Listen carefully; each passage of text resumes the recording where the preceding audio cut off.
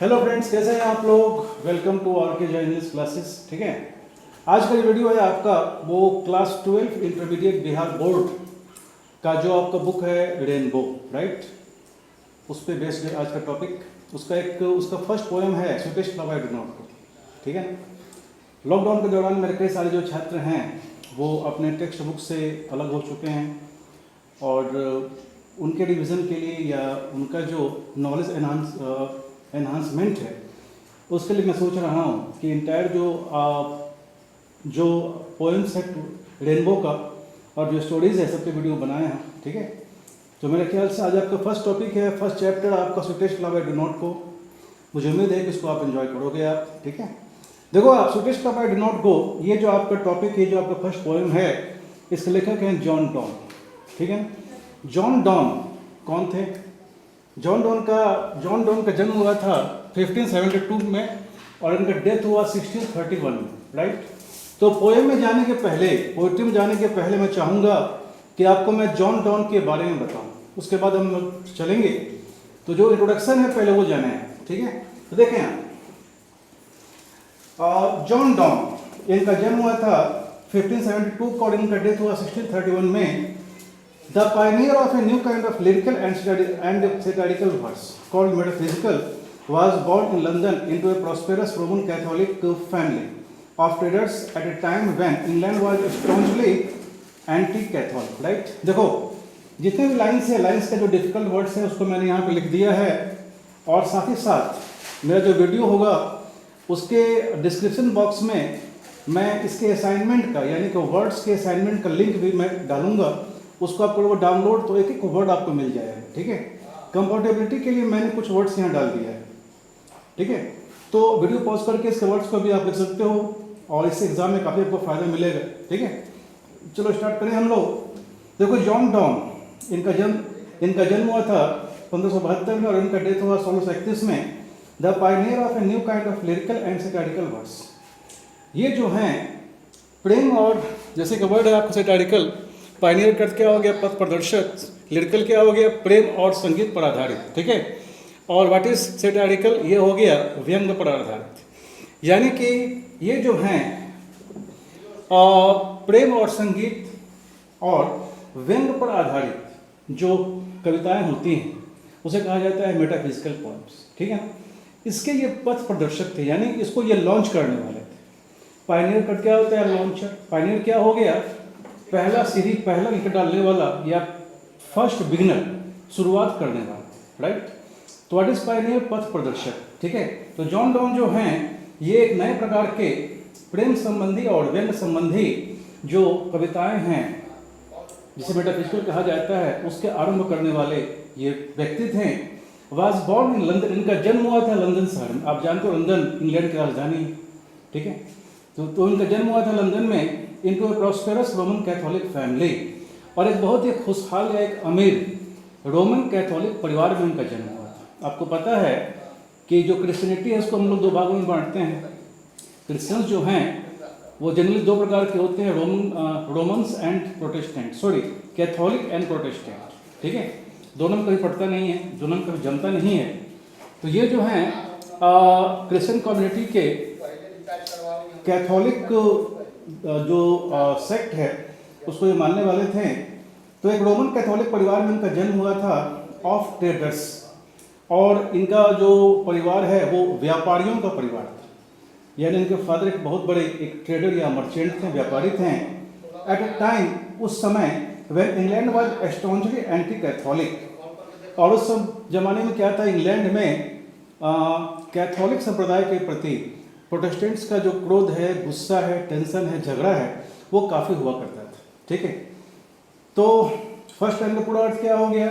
John Donne जो प्रेम और संगीत पर आधारित, व्यंग्य पर आधारित कविताएं लिखने वाले फर्स्ट व्यक्ति थे। इनका जन्म हुआ था इंग्लैंड लंदन शहर में एक बहुत ही संभ्रांत या बहुत ही समृद्धशाली या बहुत ही पैसे वाले रोमन कैथोलिक फैमिली में। और उस जमाने में जो है कैथोलिक संप्रदाय के प्रति पूरा इंग्लैंड जो है वो मतलब काफ़ी द्वेष में था या काफ़ी एंटी कैथोलिक पूरा देश था। Donne was forced to leave Oxford University without a degree. Because of his realism. देखो लाइन पे ध्यान दो आप। जॉन डॉन इस बात को लेकर, यानी कि वो जिस संप्रदाय से बिलोंग करते थे कैथोलिक, उसके प्रति लोगों की जो जन भावनाएँ हैं, जो आक्रोश है, वो इस कदर था, इतना ज़्यादा भेदभाव था कि जॉन डॉन को अपनी पढ़ाई, जॉन डॉन जो है वो ऑक्सफोर्ड यूनिवर्सिटी में वो उसमें पढ़ाई कर रहे थे बिना डिग्री लिए हुए, यानी कि बिना उपाधि लिए हुए, बिना कोर्स पूरा किए हुए उन्हें बीच में ही अपनी पढ़ाई छोड़नी पड़ी बिकॉज ऑफ हिज रियलिज्म, अपने धर्म के कारण। He studied law and red theology. उन्होंने कानून शास्त्र और धर्मशास्त्र की पढ़ाई की, ठीक है। He also participated in 2 naval expeditions. साथ ही 2 समुद्री अभियानों में इन्होंने भाग लिया था। And became secretary to a powerful novel.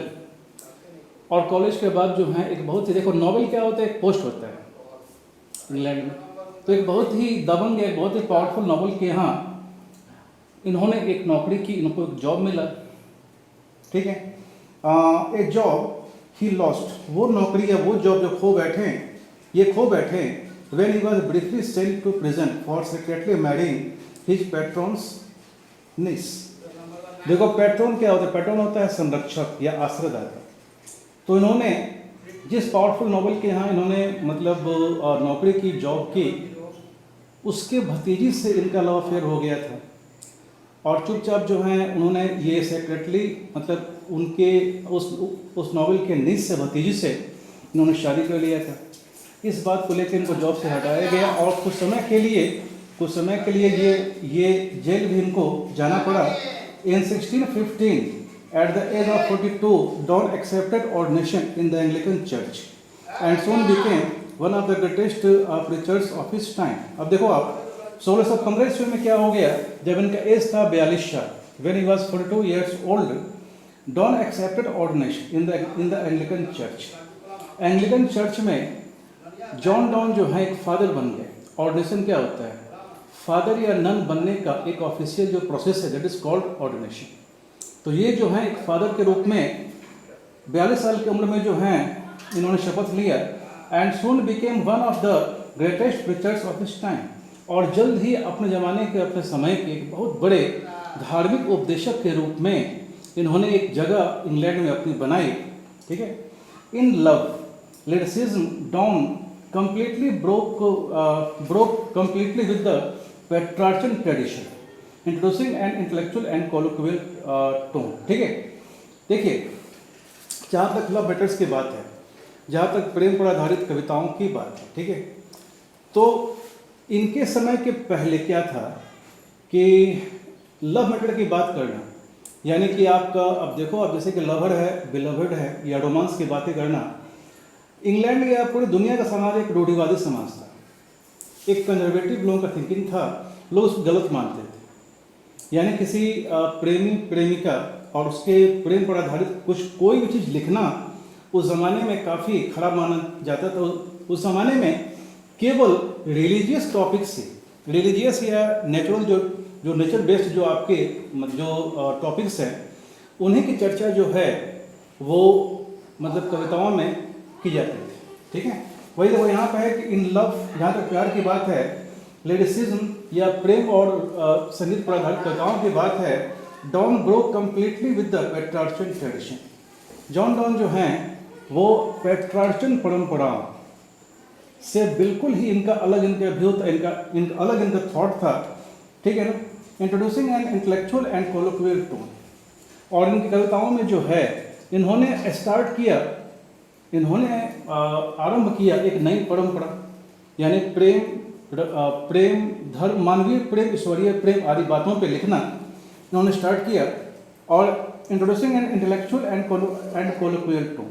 What is intellectual? बौद्धिक। मैंने वर्ड्स दिया हुआ है, देखो आप, ठीक है। तो बौद्धिक और कोलोक्वियल टोन, आम आदमी की भाषा में दो प्रेमी और प्रेमिकाओं के बीच जो प्रेम संबंध है उसको इन्होंने अपना मेन पोएट्रिक थीम बनाया, ठीक है। His love poems use the latest discoveries of science and geography. और इतना ही नहीं, इनके जो प्यार भरी, जो इनके प्रेम पर आधारित इनके जो कविताएं हैं, ठीक है ना, उसमें उस जमाने में साइंस और ज्योग्राफी में, यानी कि विज्ञान और भूगोल में जो भी नवीनतम आविष्कार हुए थे, उन नवीनतम आविष्कारों को, उनके बातों को इन्होंने शामिल किया अपने पोएम्स में to hammer home a point, ये बात साबित करने के लिए या इस बात को प्रबल बनाने के लिए, ठीक है, and combine passion with verbal and intellectual टीजिंग। इतना ही नहीं, और उन प्रेम भरी आधारित कविताओं में इन्होंने पैशन यानी कि जो मानवीय भावनाएं हैं उसे इन्होंने भरा विद वर्बल एंड इंटेलेक्चुअल टीजिंग, और उन प्रेम पर आधारित जो उन प्रेम पर आधारित जो भावनाएं थी, फीलिंग्स थे, उसमें वर्बल एंड इंटेलेक्चुअल, यानी वर्बल का क्या होता है शाब्दिक, एंड व्हाट इज इंटेलेक्चुअल बौद्धिक, टीजिंग क्या होता है छेड़छाड़, यानी कि रहस्य, रोमांच, छेड़छाड़, ये सारे जो कंबाइंड फीलिंग्स हैं इसको इन्होंने अपने पोएम्स में डाला। Donne is well known for his songs and sonnets, satires and the elegies and sermons. John के लिखी हुई कविताओं का जो संग्रह है, जो किताबें हैं, उसमें शामिल हैं सॉन्ग्स एंड सोनेट्स, ये उनका फर्स्ट बुक है, satires and the elegies second book है, सरमॉन्स ये थर्ड बुक है, जेन्युइन पोएटिक फीलिंग्स यानी विशुद्ध काव्यात्मक एहसास, हार्ट्स मीटर्स कठोर मापदंड, एस्टेंड एंड व्हिम्सिकल इमेजेस। एस्टेंड का क्या होता है? एस्टेंड होता है तनावपूर्ण, तनाव से भरा हुआ। व्हिम्सिकल क्या होता है? मनमौजी, ठीक है, या मतलब जो एकाएक होने वाला, जो पूर्ण काल्पनिक जो इमेजेस हैं, छवियां हैं, इनको जो है इन्होंने अपने पोएटिक क्रिएशन में यानी काव्यात्मक निर्माण में इन बातों को इन्होंने उसमें समावेश किया। राइट, देखो ये तो आपको हो गया जॉन डॉन के बारे में, ठीक है। अब चलेंगे हम लोग पोएम में। पहले आप जाने को पहले if you wish in words को आप लिख सकते हो। ओके, इसको लिखो आप।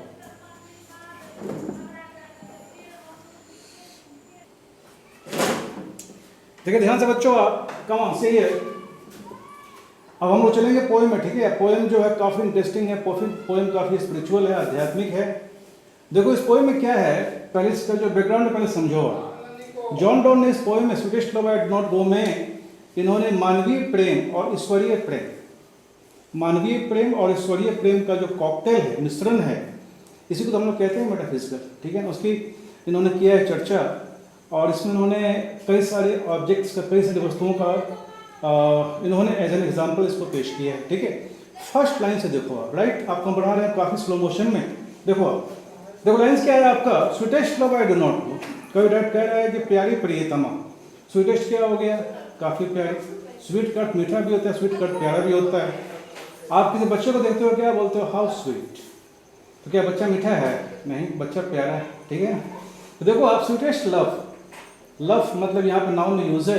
कभी क्या बोल रहे हैं कि स्वीटेस्ट लव प्यारी प्रियतमा आई डू नॉट गो, मैं तुम्हें छोड़ के नहीं जाऊंगा। आपको इस पोएम में देखो एक बात ध्यान देना, आप करीब 400 साल पहले पोएम लिखा गया है, और उस जमाने का इंग्लिश जो है उसका स्पेलिंग वगैरह कुछ अलग हुआ करता था। जैसे उस समय गो का स्पेलिंग था GOE, आप कहते हैं ना गो, GO गो, जाना।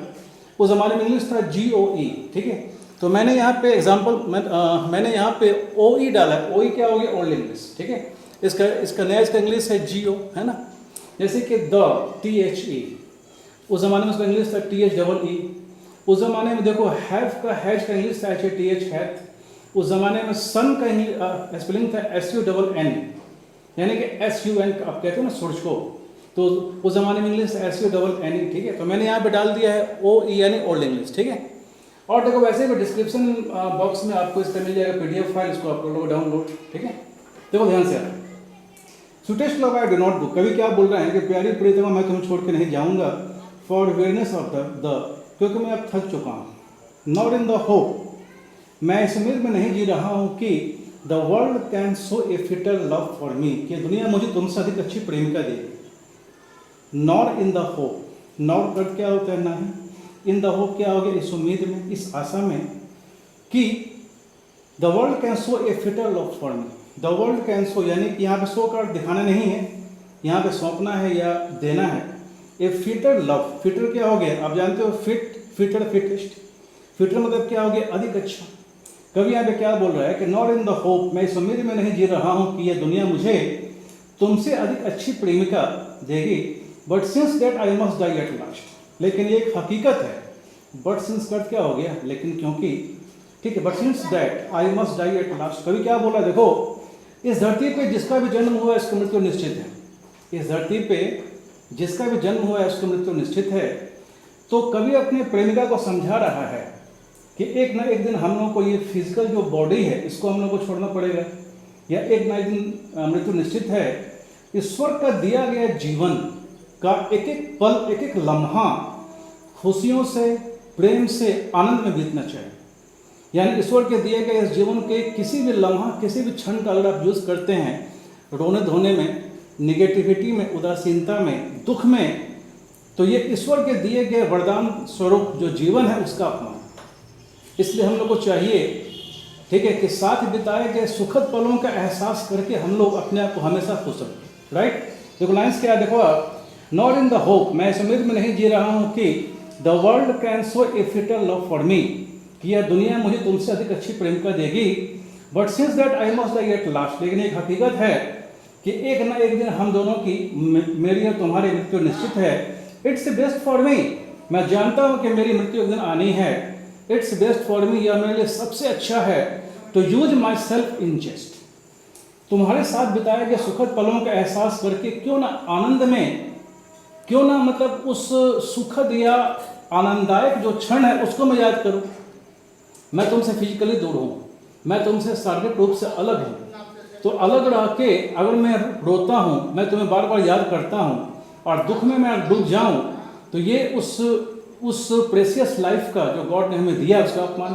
ठीक है, वही बात यहाँ पे है कि but since that I must die at last, लेकिन ये एक हकीकत है कि एक ना एक दिन मेरी मृत्यु निश्चित है। इट्स बेस्ट फॉर मी, तो यह मुझे सबसे अच्छा है। तो यूज माई सेल्फ इन जेस्ट, कि अपने खुद के बचे हुए जीवन का यूज, का प्रयोग तुम्हारे साथ बिताए गए सुखद पलों का एहसास करके क्यों ना हम करें, अपने आप खुश रखें। 10 by fan days to die, बनस्पत इसके कि तुम्हारी यादों में तड़प तड़प के हम किसी कमजोर और निर्बल मृत्यु का शिकार हो जाए। दुख में क्यों डूबे भाई, तुम्हारे साथ बिताए गए सुखद पलों का एहसास करके क्यों ना अपने आप को हम खुश रखें। अब देखिए यहाँ पे क्या है, कवि जो है एग्जाम्पल सेट कर रहा है सूरज का, सन का। कवि देखो यहाँ पे ये बोल रहा है कि इस ब्रह्मांड में, इस यूनिवर्स में सबसे पावरफुल ऑब्जेक्ट क्या है। इस ब्रह्मांड का सबसे प्रबल या सबसे पावरफुल वस्तु सूर्य है, सन है। आप मुझे बताओ कि सन से अधिक कोई पावरफुल है? संदेश जी बताइए, निशांत। नहीं, कोई भी वस्तु, कोई भी चीज सूर्य से अधिक फिजिकली पावरफुल है नहीं, है ना। वही देखो यहाँ पे है कि कवि क्या बोल रहा है संदेश, yesterday night the sun went hence. कवि एग्जाम्पल दे रहा है कि कल शाम इसी जगह से सूर्य अस्त हुआ, and yet is here today, सूर्य आज हमारे सामने फिर है। आप मुझे बता दो, कवि यहाँ पे कहना ये चाह रहा है, सूर्य का सूर्योदय होना क्या है, सूर्य का जन्म लेना है, और सूर्यास्त होना क्या है, सूर्य का मौत होना है। सूर्यास्त होना यानी सूर्य अंधेरा छा जाए। ठीक है, तो देखो यहाँ पे कवि कहना चाह रहा है कि जिसने भी जन्म लिया है उसकी मृत्यु निश्चित है। अब देखो कुछ ऐसी फैक्ट्स, कुछ ऐसी बातें देखो, अब जैसे कहते हो कि जीवन मरण, लाभ हानि, यश अपयश, ये जो है भाग्य करता है निर्धारित, या वो जो अदृश्य शक्ति है परमेश्वर, उसके द्वारा होता है निर्धारित। कवि देखो यहाँ पे क्या बोल रहा है कि yesterday night the sun went hence, बीती रात इसी जगह से सूर्यास्त हुआ, and yet is here today, सूर्य आज हमारे सामने फिर है। He hath no desire not sense, सूर्य की अपनी कोई इच्छा नहीं है, सूर्य की अपनी कोई संवेदनशीलता नहीं है, नॉट हाफ सो शॉर्ट अ वे, ना ही सूर्य की अपनी कोई आधी दूरी है। आप मुझे बताओ, सबसे पावरफुल ऑब्जेक्ट होने के बाद अगर सूर्य ये खुद तय करे काफ़ी हम उग चुके हैं, 4 दिन आराम करें, ऐसा वो कर सकता है? अगर सूर्य चाहे कि 4 दिन हम सनराइज ना करें, उगे नहीं, सूर्य के बस में है नहीं। सूर्य अगर चाहे कि आधी दूरी हम तय करें, यानी कि दोपहर में ही अस्त हो जाए, सूर्य ऐसा कर सकता है? सूर्य ऐसा नहीं कर सकता है। राइट, यानी देखो आप, इस पूरे ब्रह्मांड का, इस पूरे यूनिवर्स का एक एक एलिमेंट एक डिसिप्लिन में बना हुआ है, और परमात्मा के बनाए गए जो जीवन है, जैसे मान लो आप कहते हो इंसान का मैक्सिमम लाइफ 100 साल, कुत्ता का मैक्सिमम लाइफ 12 साल, बैल का मैक्सिमम लाइफ 40 साल, है ना जी। तो जितने भी जीव हैं सबका एक एज फिक्स है। जो भी मतलब यूनिवर्सल ऑब्जेक्ट्स हैं, जो भी स्पेस से जुड़े हुए ऑब्जेक्ट्स हैं, वो सारे के सारे एक डिसिप्लिन में बने हुए हैं। राइट, वही तो यहाँ पे कहा जा रहा है कि yesterday night the sun went hence, बीती रात इसी जगह से सूर्यास्त हुआ, and yet is here today, सूर्य आज हमारे सामने फिर है। He hath no desire not sense, सूर्य की अपनी कोई इच्छा नहीं है, सूरज की अपनी कोई संवेदनशीलता नहीं है, नॉर हाफ सो शॉर्ट अ वे, ना ही सूरज की अपनी कोई आधी दूरी है। देन फियर मी नॉट, तो मैं किस बात से डरूं। कभी यहाँ पे ये बोल रहा है कि जब सबसे पावरफुल, सबसे प्रबलतम जो वस्तु सूरज है, जब उसकी अपने कोई भी मर्जी नहीं चल रही है, तो हमारी तुम्हारी क्या चलेगी, हम लोग तो एक सामान्य मानव है। देन फियर मी नॉट, तो मैं किस बात से डरूं। बट बिलीव, लेकिन ये यहाँ पे कभी कह रहा है कि विश्वास करो, that I shall make superior journeys since I take more wings and spurs than he. कभी देखो यहाँ पे क्या बोल रहा है कि कुछ मामले ऐसे हैं जहां मैं सूर्य से अधिक पावरफुल, मेरे पास भावनाओं के पंख हैं। Since I take more wings, wings का अर्थ क्या होता है, पंख, एंड स्पर्श, स्पर्श क्या होता है, जीने का उद्देश्य। ठीक है, कभी कह रहा है कि मेरी भावनाओं की जो उड़ान है, मेरे जो जज्बात की जो उड़ान है, वो उसकी जो यात्रा है वो सूर्य से अधिक तीव्रगामी है, सूर्य से अधिक fast. Since I take more wings and spurs than he. ठीक है, वही लाइन से यहाँ पे देखो आपके, बट बिलीव, विश्वास करो, that I shall make superior journeys, मेरे भावनाओं की उड़ान सूर्य से अधिक तीव्रगामी होगी। Since I take more wings and spurs than he, क्योंकि मेरे पास भावनाओं के अधिक पंख हैं और मेरे जीने का एक उद्देश्य है, देन ही, जो सूर्य के पास नहीं।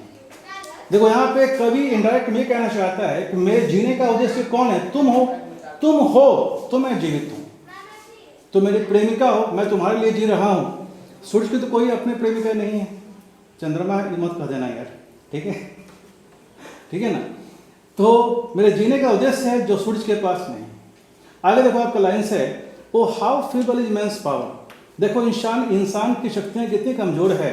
That a good fortune falls, कि अगर अच्छा समय आता है, can not add another hour, इंसान जो है अपने अच्छे दिनों की या सुख के दिनों को चाहे उसमें एक्स्ट्रा आवर्स को ऐड कर दें या उसमें एक्स्ट्रा सुखद समय हम जोड़ दें, क्या इंसान ऐसा कर सकता है? किसी हाल में नहीं कर सकता है। लाइन को ध्यान दो आप, ओ हाउ फीबल, तो मैंने कुछ वर्ड्स दिया हुआ है, आप शायद आप इसको लिख लोगे या, ठीक है। तो देखो आप यहाँ फीबल है, कमजोर, oh how feeble is man's power, देखो इंसान की शक्तियाँ कितनी कमजोर है। That is good fortune falls, के अगर अच्छा समय आता है, can not add another hour, तो इंसान ऐड करके और जोड़ना होता है। तो इंसान जो है अपने सुख के दिन में एक्स्ट्रा आवर्स को ऐड नहीं कर सकता है, यानी सुख के दिन को लंबा नहीं कर सकता है। Not a lost hour recall, ना ही इंसान चाहे कि अपना खोया हुआ समय को दोबारा वो बुला ले, दोबारा वो रिकॉल कर ले, इंसान के बस की बात ये नहीं है, right. But come bad chance, लेकिन जब बुरा वक्त आता है, and we join it to our strength, जब बुरा वक्त आता है तो ड्यू टू इमोशंस, भावनाओं के कारण, क्योंकि भावनात्मक रूप से हम लोग एक दूसरे से जुड़े हुए हैं, बट कम बैड चांस, लेकिन जब बुरा वक्त आता है, and we join it to our strength, हम लोग जो है पूरी ताकत से एक दूसरे के साथ निभाने में जुट जाते हैं। And we teach it art and length, हम लोग एक दूसरे को विस्तार से समझाते हैं। इट सेल्फ और अस टू एडवांस, देखो ध्यान दो, यहाँ पे कवि का यहाँ पे आर्ट एंड लेंथ करके क्या हो गया, विस्तार से। इट सेल्फ और अस, यहाँ दो बातें, इट सेल्फ और अस। देखो कवि यहाँ ये कहना चाहता है, अगर बुरा वक्त आता है तो आपके पास दो ही रास्ता है। अगर इस बुरे वक्त से आप निपट सकते हो, उसका मुकाबला कर सकते हो, तो निपटो आप, फाइट करो आप। और अगर बुरे वक्त से फाइट आप नहीं कर सकते हो, तो फिर अच्छे समय के आने की प्रतीक्षा करो, अच्छे समय के आने का आप इंतजार करो। देखो हर अंधेरे के बाद उजाला आना, हर दुख के बाद सुख का आना तय, ये लाइफ का दो पार्ट। वही यहाँ पे है, we and we teach it art and length, हम लोग एक दूसरे को विस्तार से समझाते हैं। इट सेल्फ और अस टू एडवांस, या तो हम लोग उस बुरे समय से निपटें, या हम लोग अच्छे समय के आने का उम्मीद कर हम लोग जीवन में आगे बढ़ें।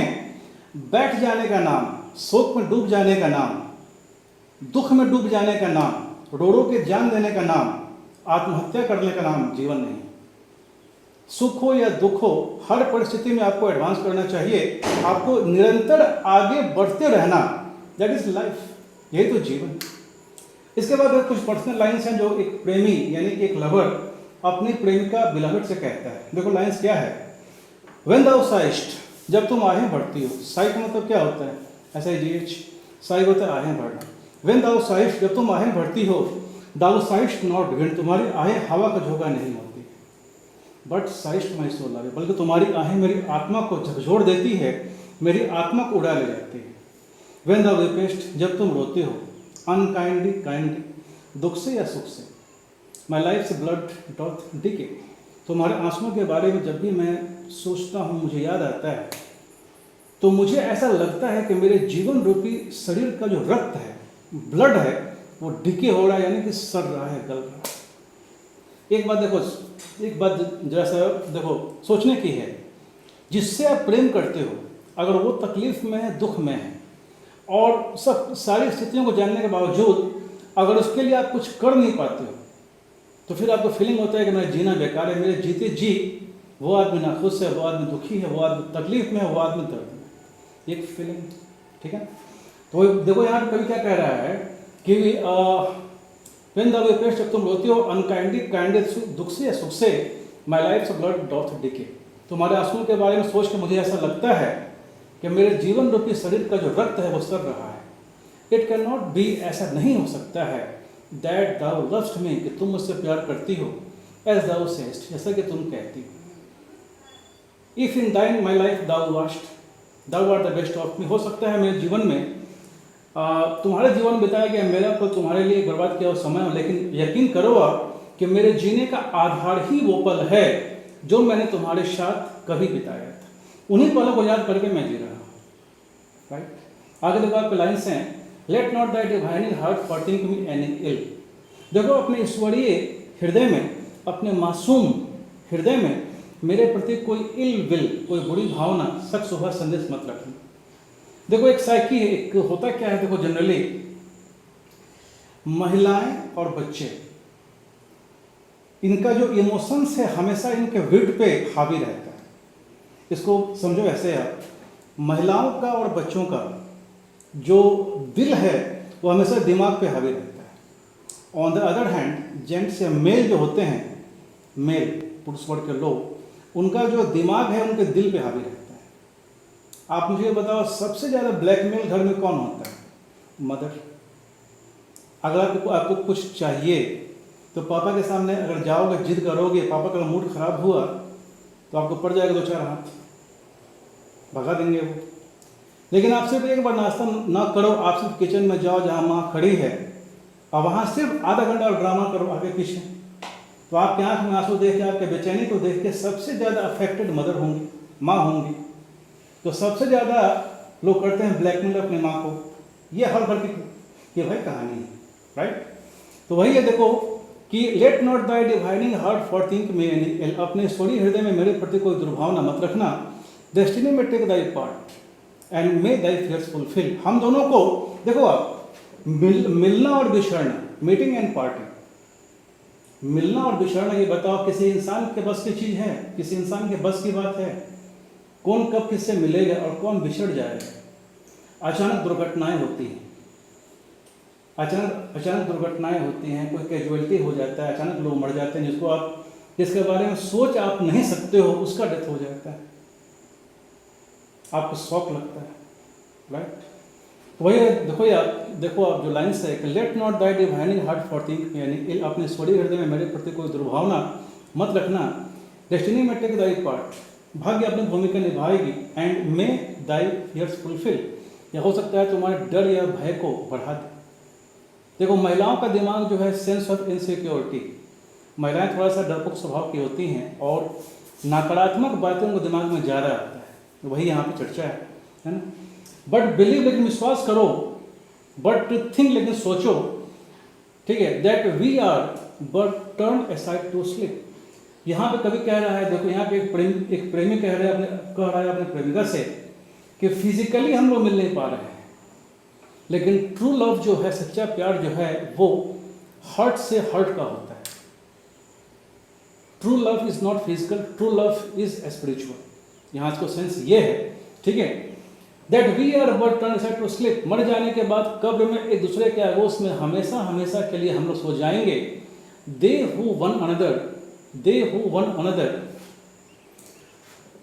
मतलब यहाँ देखो सेंस ये है, they who one another keep alive, जो अपनी यादों में, अपनी भावनाओं में एक दूसरे को हमेशा जीवित रखते हैं। नेवर पार्टेड बी, पार्ट का मतलब क्या होता है? अलग कर देना। दुनिया की कोई शक्ति उन दो आत्माओं को एक होने में या मिलने से नहीं रोक सकता है। राइट, ये आपका पोएम है। मुझे उम्मीद है कि कुछ इससे आपको रोशनी मिलेगा। और एग्ज़ाम जो है उसका ये एक इम्पॉर्टेंट टॉपिक है, ठीक है। रेनबो का ये फर्स्ट आपका पोएम है, ठीक है। तो इस वीडियो पे कमेंट आप लिखोगे, ठीक है, कैसा लगा। और इसका जो PDF फाइल है वो मैं डालूंगा डिस्क्रिप्शन बॉक्स में, उसको आप चाहो तो वर्ड्स पे बनाने के लिए उसको डाउनलोड आप कर सकते हो। वीडियो अगर आपको अच्छा लगे then make a good comment, okay, thanks.